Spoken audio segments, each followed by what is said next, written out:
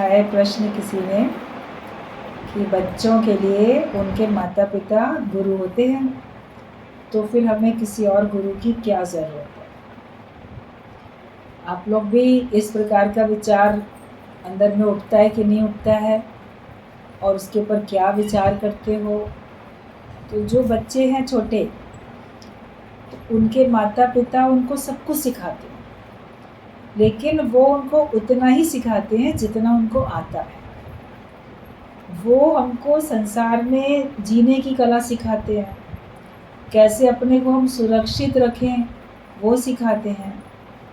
उनके द्वारा हम धरती पर आए, वो निमित्त बने हमको जन्म देने के लिए, और वो ही निमित्त बनते हैं हमारी पालना करने के लिए, लालन पालन करने के लिए। वो ही निमित्त बनते हैं हमको सुरक्षा देने के लिए, हमको सही समझ देने के लिए। इसलिए वो हमारे प्रथम गुरु हैं। तो जो माँ को बोला जाता है, माँ बच्चे की बिल्कुल प्रथम गुरु होती है, क्योंकि बच्चा सबसे पहले जन्म लेते ही माँ के पास आता है, माँ की गोद में आता है। भले वो बोल नहीं सकता, अभी समझ नहीं सकता, लेकिन छोटा बच्चा अपनी माँ को पहचानता है, माँ की गोद को, माँ की थपकी को, माँ के स्पर्श को पहचानता है छोटा बच्चा। और उसकी गोद में आके वो चुप हो जाता है, अगर रो रहा हो तो उसको सुरक्षा मिलती है कि ये मेरे लिए सब कुछ है। एक उसका संबंध अंदर से जुड़ा रहता है। और माँ तो बच्चे को सारा कुछ सिखाती है, पिता पालना करता है, लालन पालन मिलके करते हैं। तो इसलिए वो हमें दुनियादारी सिखा रहे हैं, वो हमारे गुरु हैं।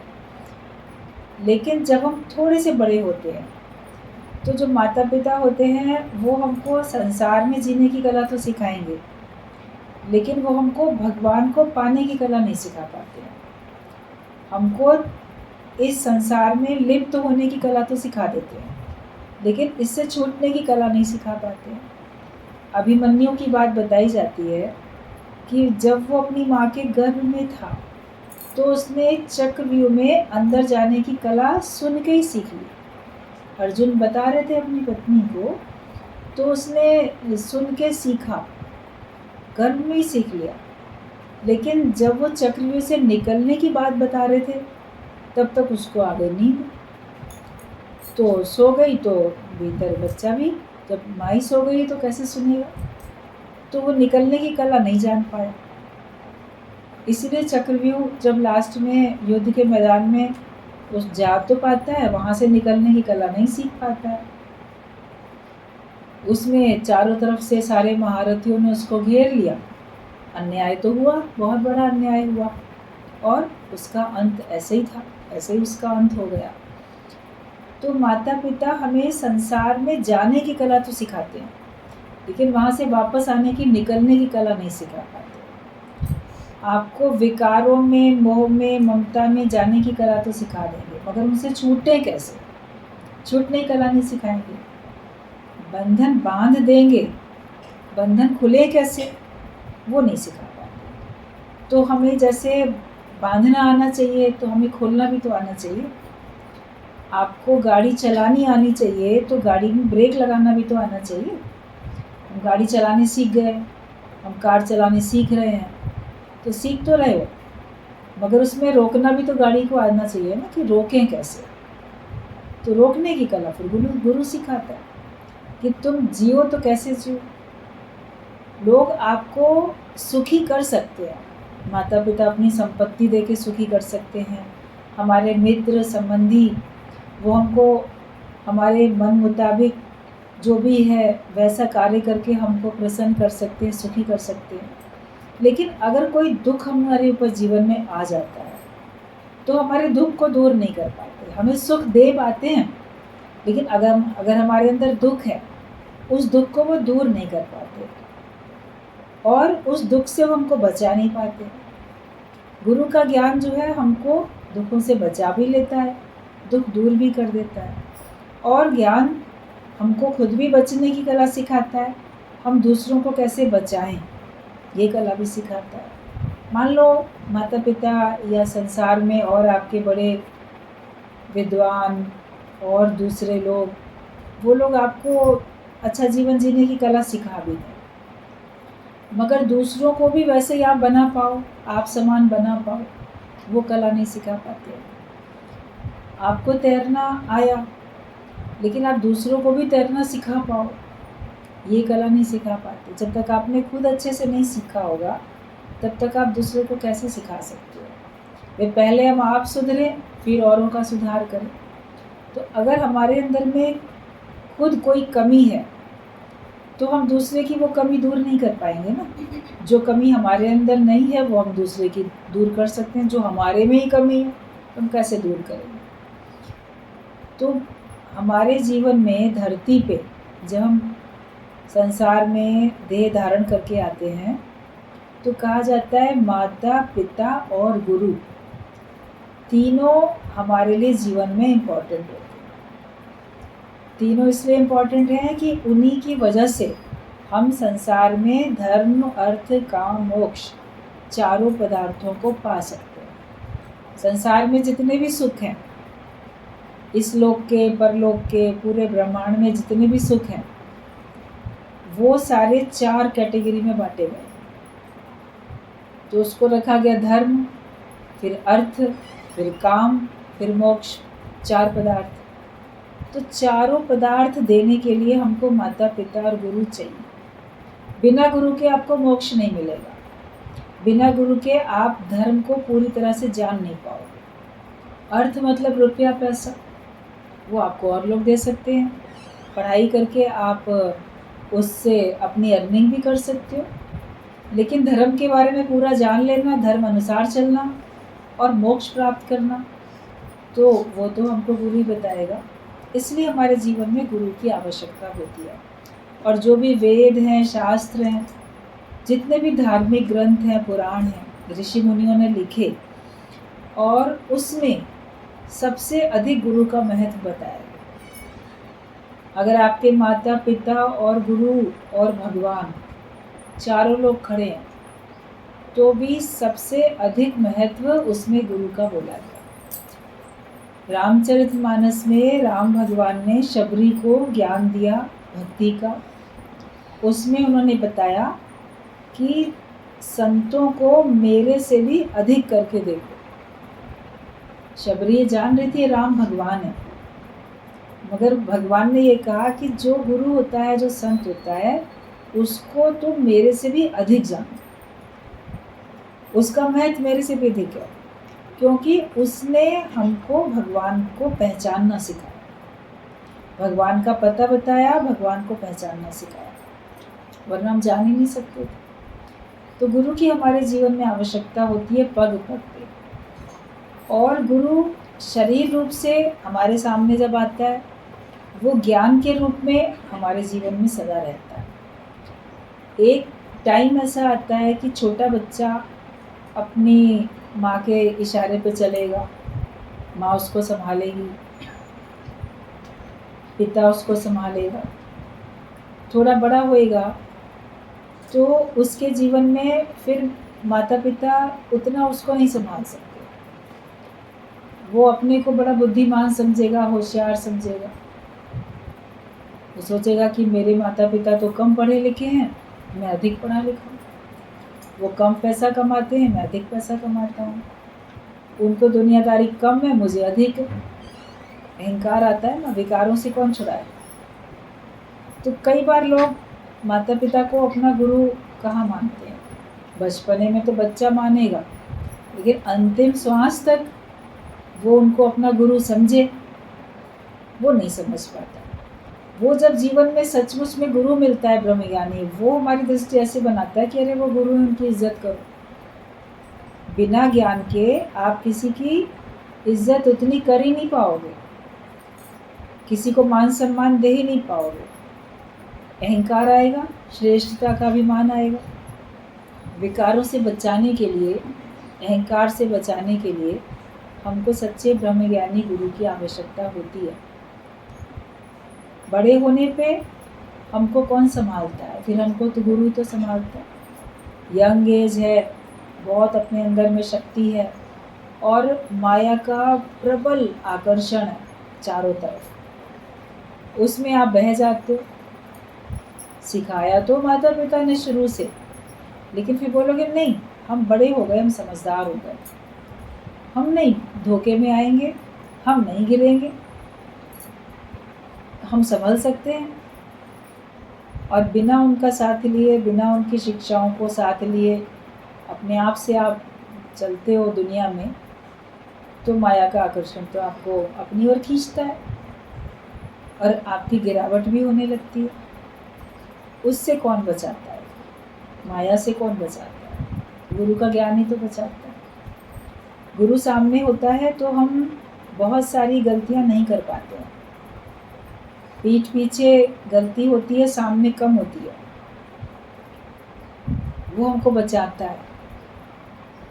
फिर कभी आप देखोगे कि शरीर रूप से गुरु सामने नहीं है, लेकिन अगर हमारा प्रेम है उसके साथ और उसने जो कुछ हमको बताया उसके ऊपर हम चल रहे हैं, तो ज्ञान के रूप में तो वो हमारे साथ रहते हैं। माता पिता ने भी जो संस्कार दिए, जो अच्छी बातें बताई, एक समय पे माता पिता हमारे सामने नहीं होते, लेकिन अगर हमारा अपने माता पिता से प्रेम है तो उनके बताए हुए रास्ते पे, उनकी शिक्षाओं पे आप चलते हो ना, तो आप उनको याद रखते हो। और कोई मोमेंट ऐसा आता है जब आपकी ओल्ड एज है या आपके पास बहुत बीमारी है, तो उस वक्त आप बीमारी से भारी दुखों से छूटने के लिए फिर किसको पुकारते हो? फिर आपके माता पिता भी उससे नहीं छुड़ा सकते। शरीर रूप से गुरु और उसका ज्ञान अगर पक्का नहीं किया तो वो भी नहीं छुड़ा सकता। और फिर बोलता है गुरु क्या हमको सहारा देता है कि तुम भगवान का सहारा दो। फिर आप भगवान को ही पुकारते हो। गुरु ने हमको भगवान से मिला के एक कर दिया, तो हम भगवान को पुकारते हैं। भगवान आप ही रक्षक हो, आप ही रक्षा करोगे, आप ही बचाओगे। डॉक्टर भी कह देता है सब कुछ तो भगवान के हाथ में, आप उसी से प्रार्थना करो। तो गुरु फिर अपना आधार देके फिर हमको निराधार बनाने के लिए फिर हमको उस निराकार परमात्मा का आधार दिला देता है। वो हमको कहीं पर भी अटकाता नहीं है, वो हमको छुड़ा देता है। तो इसलिए उसका महत्व अधिक है।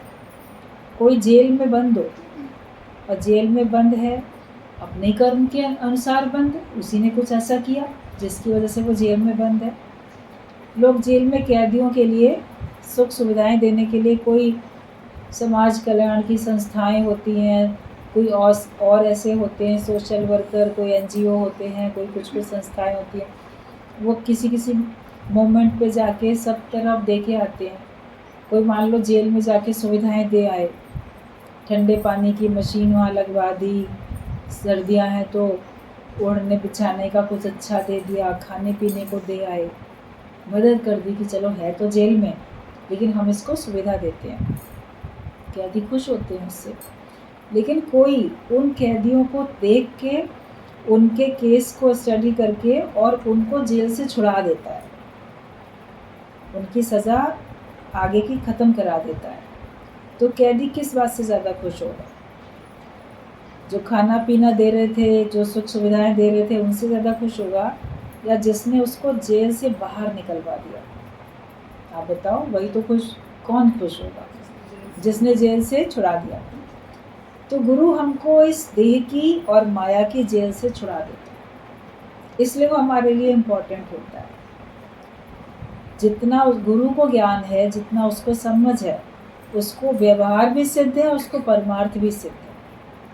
वो इस लोक में कैसे जीना है, आर्ट ऑफ लिविंग, जीवन जीने की कला सिखाता है गुरु, और आर्ट ऑफ लीविंग, छोड़ने की कला भी सिखाता है।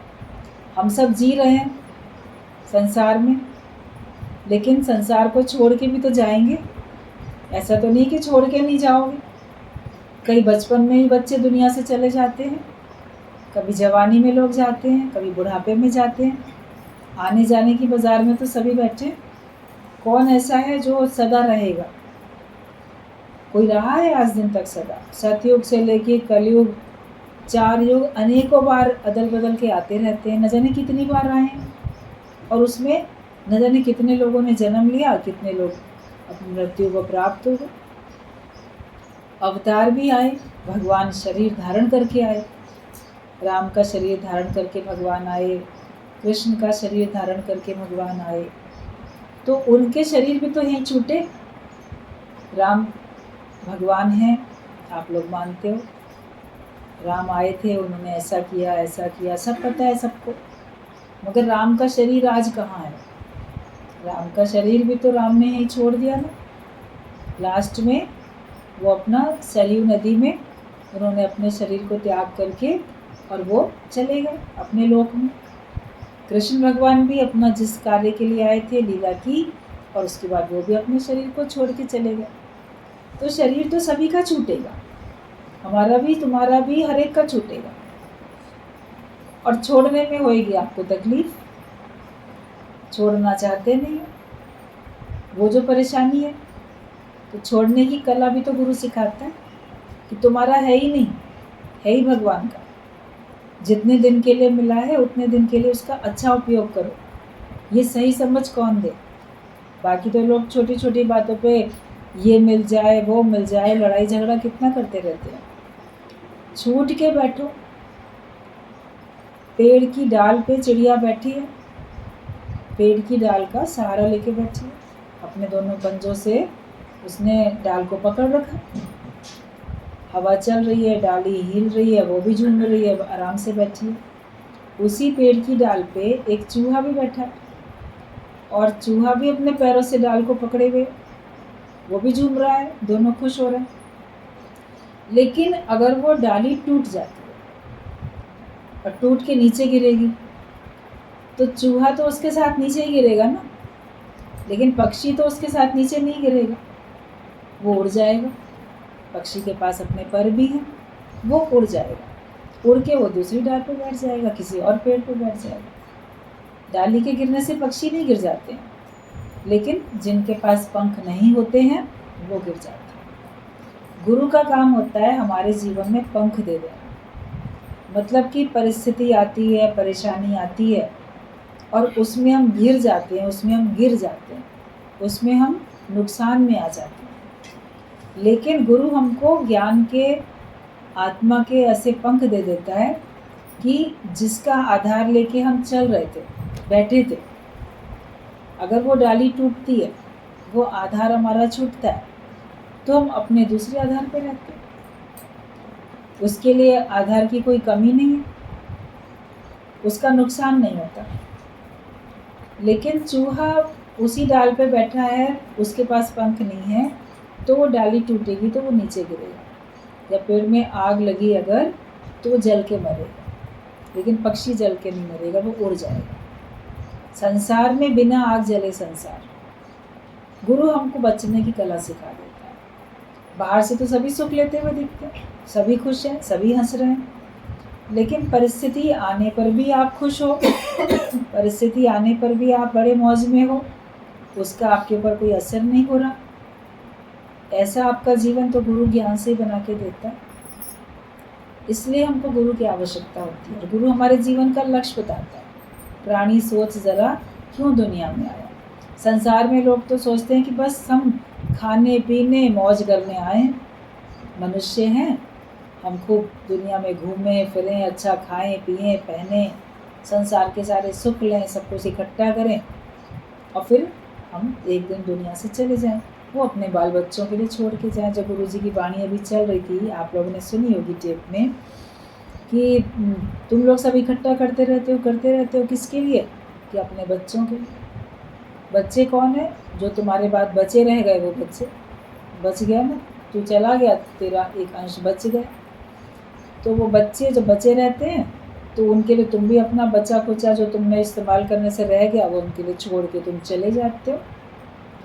तो ज्ञानी तो कुछ बचाता ही नहीं है, वो सब मौज करके जाता है। और वो ये नहीं कि मैं अपने ही वालों को दे के जाऊँगा, उसके लिए सारा संसार अपना। कोई भी उससे मौज ले, कोई भी खुशी ले, वो जीते जी सबको देता रहता है, वो जीते जी हर एक के साथ प्रेम करता है।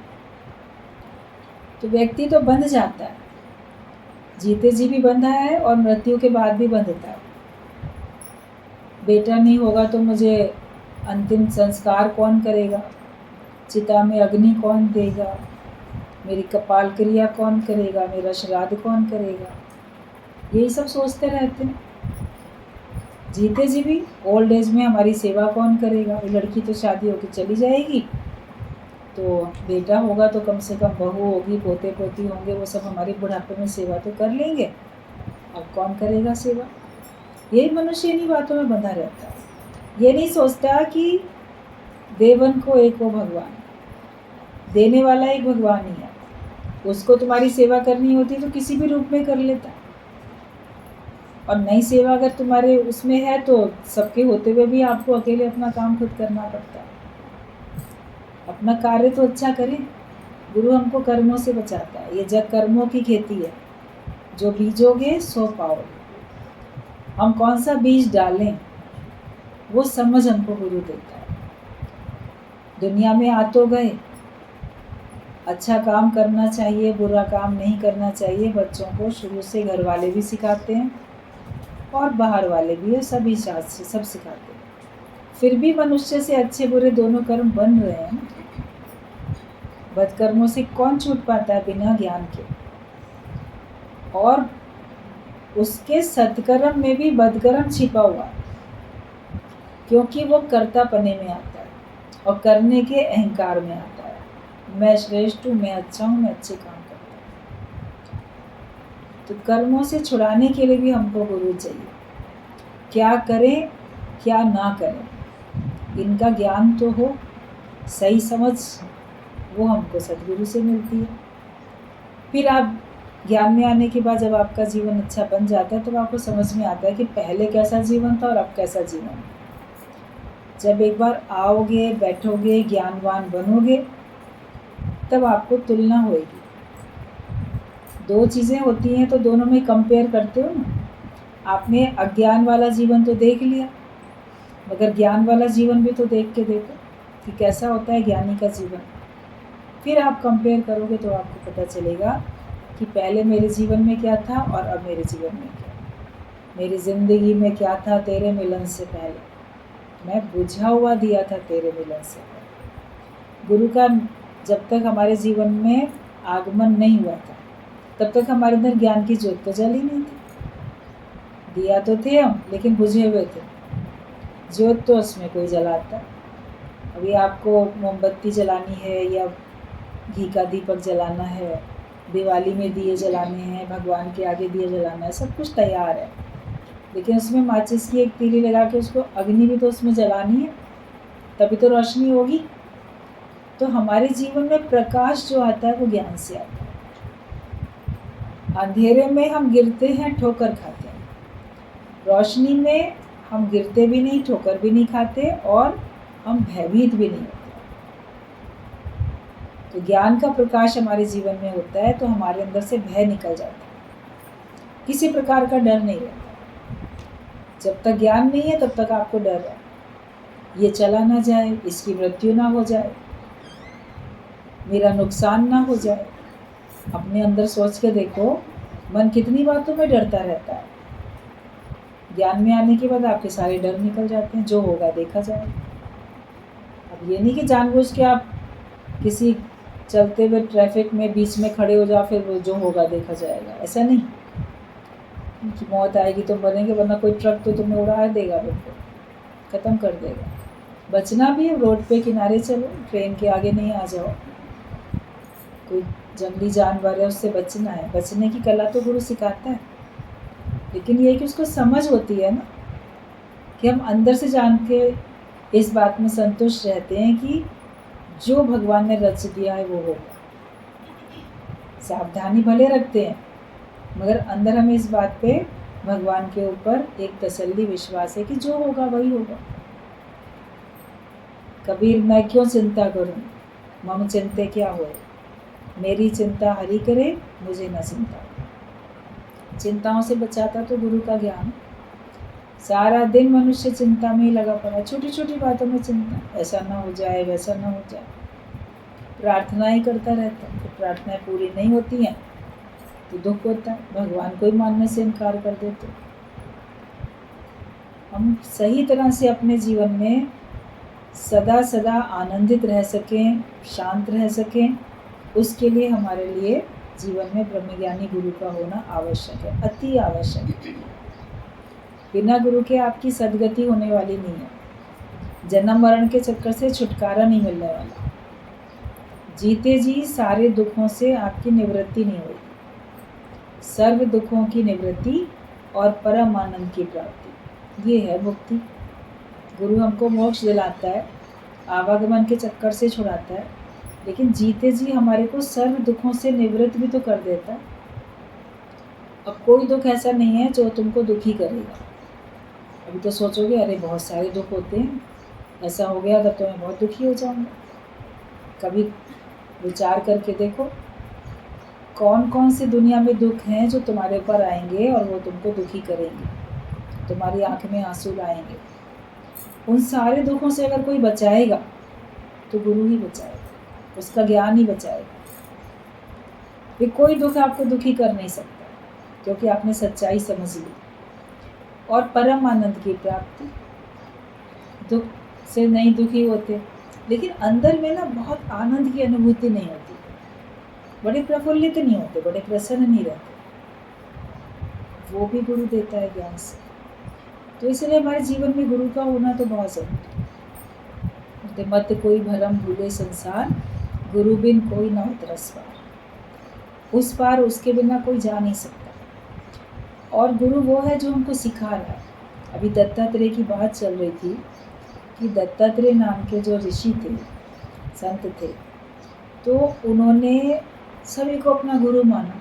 एक तो मेन गुरु हमारे जीवन में होता है सतगुरु, जो हमको सत्य का उपदेश देता है और जो हमको सत्य में टिकाता है। लेकिन बाकी जिनसे हम जो भी कुछ शिक्षा लेते हैं वो हमारे गुरु होते हैं। तो जो अभी गुरु जी की बात चल रही थी, बोले दत्तात्रेय ने देखो सांप को भी अपना गुरु बनाया। सांप को कैसे गुरु बना लिया? भाई सांप कैसे गुरु हो सकता है? बोले सांप को देखा कि वो अपना बिल बनाता ही नहीं, अपना घर बनाता ही नहीं। वो तो चींटियों के या चूहे के किसी के बिल में चला जाता है। सांप अपना घर नहीं बनाते हैं। और लोग तो अपना बिल बनाएंगे, रहेंगे।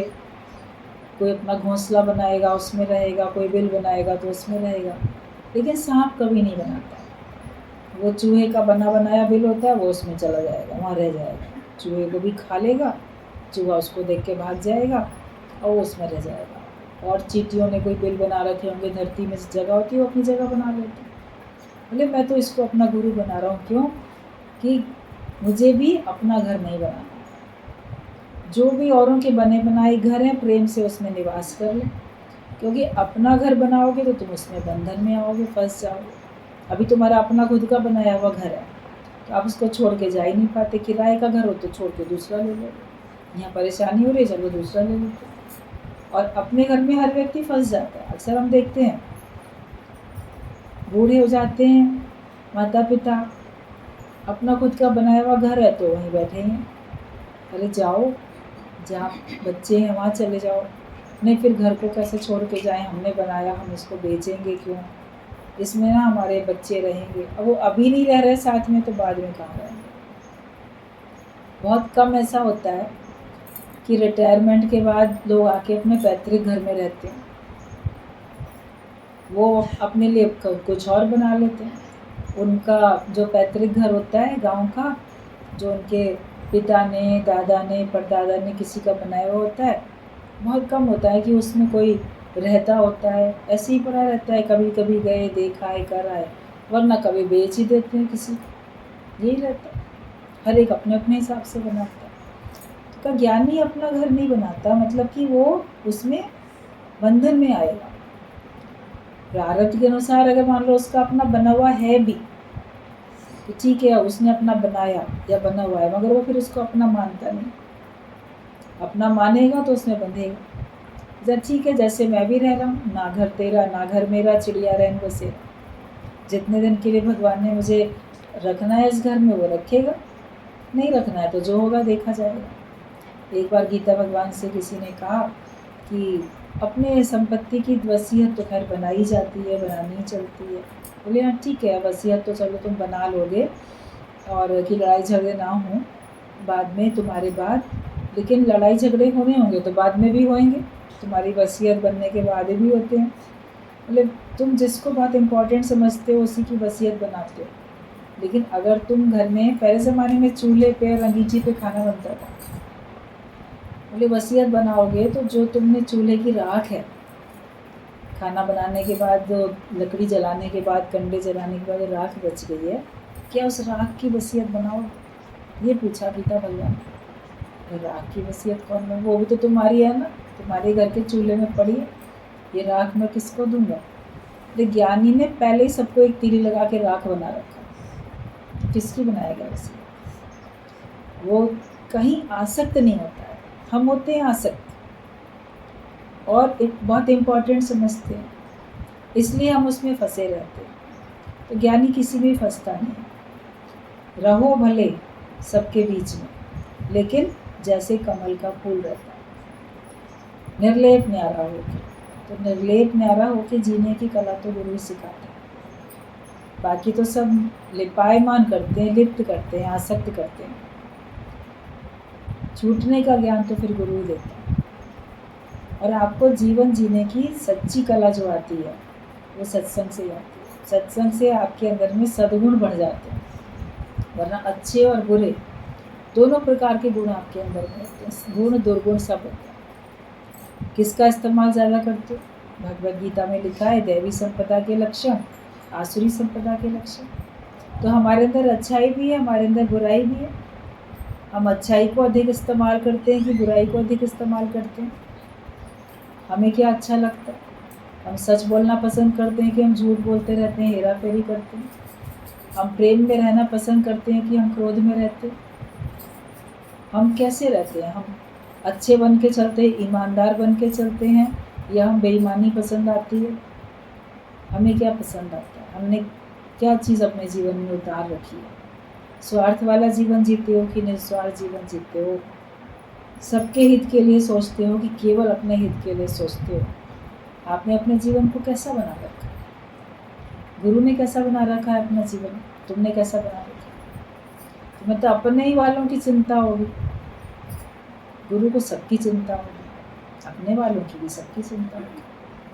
हम एक छोटे दायरे में रहते हैं, और गुरु सारी सृष्टि को, सारा विश्व ही मेरा घर है, ये मान के चलते। तो हम जब सबको अपना समझने लगे, सारा संसार मेरा अपना है, तो समझो कि आप ज्ञानवान बने, कोई पराया नहीं है, क्योंकि सब भगवान का रूप है, और सब में भगवान विद्यमान, मेरे में भी और उसमें भी, सब में विद्यमान। हमको चारों पदार्थ पाने के लिए गुरु की आवश्यकता है। पहले पता नहीं होता, लेकिन फिर जब हम सौभाग्य से आ जाते हैं सत्संग में, हमको सच्चे गुरु से भेंट होती है, ज्ञान सुनते हैं, तब लगता है कि हाँ, गुरु की तो हमें कितनी ज़रूरत थी। एक बार एक दृष्टांत था कि किसी कंपनी में ऐसे जूता चप्पल बनाने की एक फैक्ट्री किसी ने लगाई, एक कंपनी बनी, जैसे कई होती है ना, बाटा, रिलैक्सो, क्या क्या तमाम तरह के तो आते हैं। तो उसने अपने जो थे बेचने के लिए एजेंट वगैरह, उसको कहा कि तुम इनका कहीं दूर दूर जाके बता के आओ कि जूता चप्पल खरीदो ताकि बिके। तो एक होशियार जो था सेल्समैन बोला, मैं जाऊँगा, मैं सेल करके आऊँगा। वो गया कहीं रिमोट में, गांव में। तो बोला वहाँ तो अभी तक कोई जाता ही नहीं है, वहाँ कोई दुकान ही नहीं है जूते चप्पल की, वहाँ तो हमारे खूब बिक जाएंगे, कंपनी वाले बड़े खुश होंगे हमने इतनी सेल करी। तो वो लेके गया, और वहाँ जाके उसने सारे गांव वालों को बताया कि देखो ये चप्पल है, इसको पहनो, इससे ये फ़ायदा होगा, ख़रीदो इसको। तो वो बोले कि अरे हमें तो चप्पल जूते की ज़रूरत नहीं है, हमारे बाप दादा नहीं पहनते थे, हम भी नहीं पहनते, हमारा तो काम ऐसे बढ़िया चलता है, हम तो नंगे ही पैर जाते हैं, मिट्टी में घूमते हैं, सारा दिन काम करते हैं, कौन जूता चप्पल पहनेगा, हमें इसकी ज़रूरत ही नहीं है। और हमारे बाप दादा ने कभी नहीं पहना, उनको कोई नुकसान नहीं हुआ, तो हमें क्या होगा, और आज दिन तक हमें कोई नुकसान नहीं। तो सब ने ऐसे मना कर दिया। अब बोले कि ये लोग तो खरीद ही नहीं रहे, क्या करें। काफ़ी उन लोगों से कह के करके, मगर कोई उसको फ़ायदा नहीं पड़ा, वापस चला आया। बोला वो फलाने गांव में उधर गया था, बड़े दूर जंगल के उधर इलाके में, वहाँ तो किसी ने खरीदा ही नहीं। जब आके वो अपना माल वापस दे रहा था, तो वही एक दूसरा भी सेल्समैन था जो किसी और एरिया में उसको जाना था, गया था। तो वो बहुत होशियार था। उसने कहा कि अच्छा मेरे को दे दो, मैं भी उसी गाँव में जाके एक बार ट्राई करता हूँ, क्योंकि वहाँ कोई फ़ायदा नहीं, कोई नहीं खरीदेगा। बोले ठीक है, देखते हैं। तो वो लेके चला गया। वो पहुंचा, उसने भी इसका प्रचार किया, गांव वालों ने उसको भी वही जवाब दिया जो पहले सेल्समैन को दिया था। उसने कहा मुझे पता है तुम लोग ने ऐसे ही कहा था, लेकिन मैं जो आया हूँ ये मैं तुमको 1 हफ्ते 10 दिन के लिए ट्रायल के लिए फ्री में तुमको देने के लिए आया। तुमको पहनो, तो आज दिन तक तुमने पहना नहीं, इसलिए किसी ने नहीं पहना तो तुमको उसका फ़ायदा भी नहीं पता। अब उसको पहनो, मुफ्त में ही दे रहा हूँ, और जब तुमको फ़ायदा पड़े, अच्छा लगे तो बाद में खरीदना, नहीं लगे तो हमें तुम्हारे पहने पहनाए हम वापस ले लें। हफ्ता 10 दिन बाद, 15 दिन बाद में वापस ले लूँगा अगर तुमको नहीं अच्छे लगेंगे तो बोले ठीक है, मुफ्त में मिल रहा है तो पहनने में क्या जा रहा है। सभी को ये विचार बना कि फ्री में मिल रहा है तो लोग पहन लेते। बच्चों को भी चप्पल पहना दिए, बड़ों को भी, जिसको जूता किसको ये, तो सब पहन पहन के अपना चलें घूमें। तो 10-15 दिन जो उनको दिया फ्री में पहनने के लिए, तब उनको उसका फ़ायदा पता चला कि सही बात है, पैर में मिट्टी नहीं लगती, पैर गंदे नहीं होते, इतना गर्मी आने के बाद रगड़ रगड़ के धोना नहीं पड़ता, और कंकड़ पत्थर नहीं चुभते, कांटे नहीं चुभते, गर्मी है तो पैर जलते नहीं हैं, सर्दी है तो पैर इतना ठंड में ऐसे नहीं हो जाते। तो फ़ायदा तो बहुत पड़ रहा है। तो लगा कि जब फ्री में दिया और उसको यूज़ किया तब उनको फ़ायदा पड़ा। तो फिर उन लोगों ने कहा कि हाँ ठीक है, अब 15-20 दिन पहना है, चलो ले लेते हैं। ऐसा करके उसके सारा माल बिक गया, सभी ने ले लिया। जब वापस आया तो कहता है कि वहाँ तो और डिमांड बढ़ गई है, लेकिन तुमने क्या किया? मतलब मैंने ऐसे पहले फ्री में सबको दिया। तो वो था बहुत होशियार सेल्समैन। तो गुरु का कहना होता है कि ये ज्ञान तुमको ऐसे दिया जाता है फ्री में, कि अरे आओ बैठो सुनो, इसको अपने जीवन में उतारो, तुमको फ़ायदा पड़ेगा। बदले में गुरु हमसे 1 रुपया भी नहीं लेता और कभी भी नहीं लेता है। लेकिन वो बाद में जब हमको फ़ायदा पड़ने लगता है तब हमको समझ में आता है कि ज्ञान की फ़ीस तो बहुत बड़ी है। मैं मेरा छोड़ना पड़ता है, आसक्ति छोड़नी पड़ती है, शीश देना पड़ता है, अपने अहंकार को गलाना पड़ता है।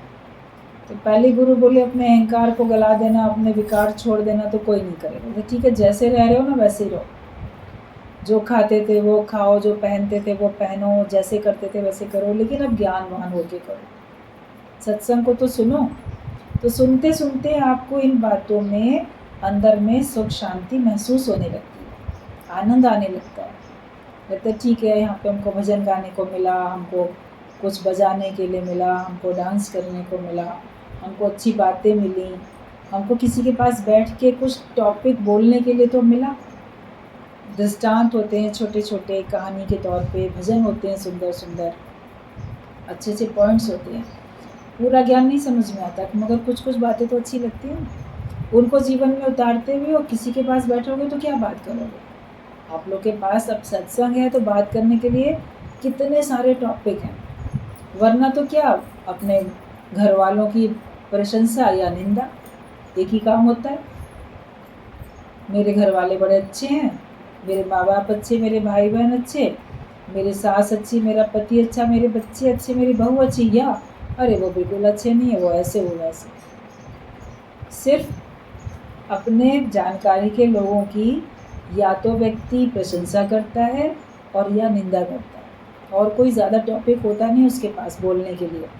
या वो अपनी प्रशंसा करेगा, और या वो अपने जो कमियां हैं उनका बखान करेगा। कमी भी ऐसी नहीं कि जो उसकी खुद की बनाई हुई कमी है, जो भगवान के द्वारा लाई हुई कमी है प्रारब्ध अनुसार।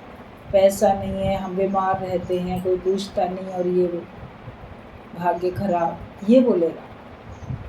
तो और कोई टॉपिक ही नहीं है। बहुत से बात थोड़ा उससे आगे बढ़ेंगे, लोगों का डिस्कशन नहीं करेंगे, तो दुनिया में ऐसा हो रहा है, नेता ऐसे, ये लोग ऐसे, वो ऐसे, पॉलिटिक्स की बातें, ये सब कर लेंगे बात।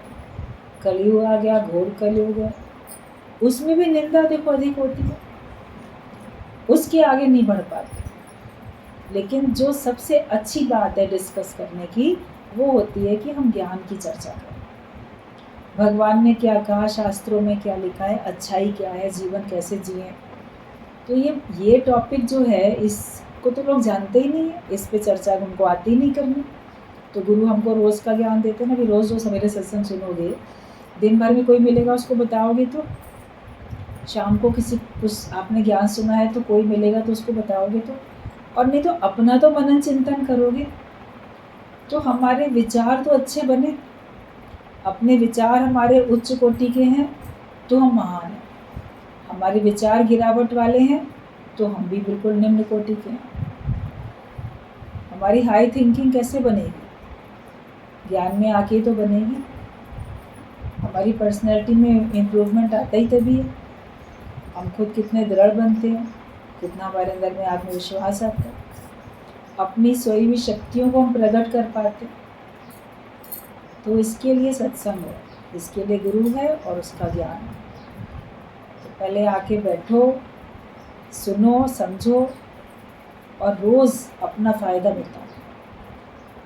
कम से कम इतना फ़ायदा पहले दिन आने पर भी ज़रूर लगेगा। कोई पहली बार मान लो आज आया है सत्संग में, बैठा है, उसको घर जाने के बाद इतना फ़ायदा ज़रूर लगेगा कि उसका मन बड़ा खुश रहेगा। आज ना मैं सत्संग गया था, घर से निकल के अच्छे से तैयार होके हम गए थे, इतने लोगों से मिले, ये सुना, ये देखा, ऐसा अनुभव किया।